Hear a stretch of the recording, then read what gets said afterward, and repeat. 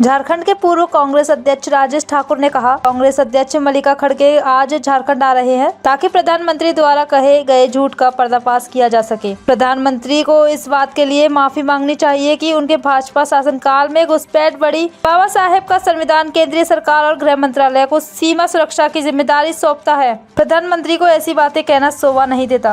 आज इसी वास्ते हमारे राष्ट्रीय अध्यक्ष मल्लिकार्जुन खड़गे जी आ रहे हैं।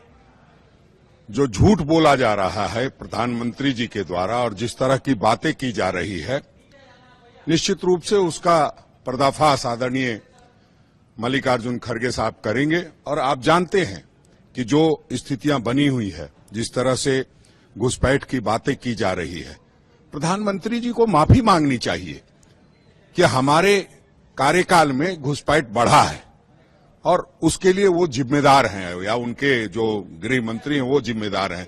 कॉमन सेंस की बात है, जो बाबा साहब अम्बेडकर ने संविधान दिया है उसमें सीमा सुरक्षा का मामला केंद्र सरकार के अंतर्गत आता है, गृह मंत्रालय के अंतर्गत आता है। एसएसबी, आईटीबीपी और सीआरपीएफ जो एसएसबी है वो उसकी सुरक्षा करती है, और इस तरह की बातें प्रधानमंत्री करे ये शोभा नहीं देता।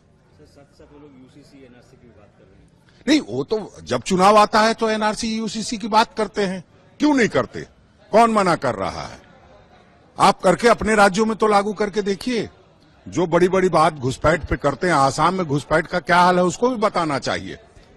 और जो आसाम में घुसपैठ को तवज्जो दे रहा है, उस घुसपैठिए को झारखंड भेज दिया है।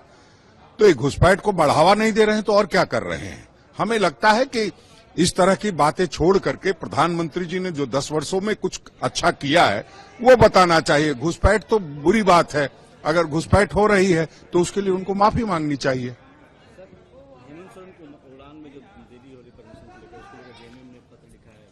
देखिए, लगातार जिस तरह से परेशान किया जा रहा है, किसी न किसी तरीके से सुरक्षा के नाम पे एक मुख्यमंत्री क्या सुरक्षा के लिए खतरा हो सकता है? और उस तरह करके कहीं न कहीं कार्यक्रम को डिरेल किया जा रहा है, और जो जनता सुनना चाहती है मुख्यमंत्री महोदय को, उससे उनको जनता को रोका जा रहा है। तो ये घबराहट में उठाया गया कदम है। हम समझते हैं कि सारा जो मामला है केंद्र सरकार के इशारे पर हो रहा है, और अगर चुनाव आयोग इसका संज्ञान नहीं लेती है तो हम समझेंगे कि चुनाव आयोग भी केंद्र सरकार के इशारे पर काम कर रही है, निष्पक्ष चुनाव कराने में सक्षम नहीं है।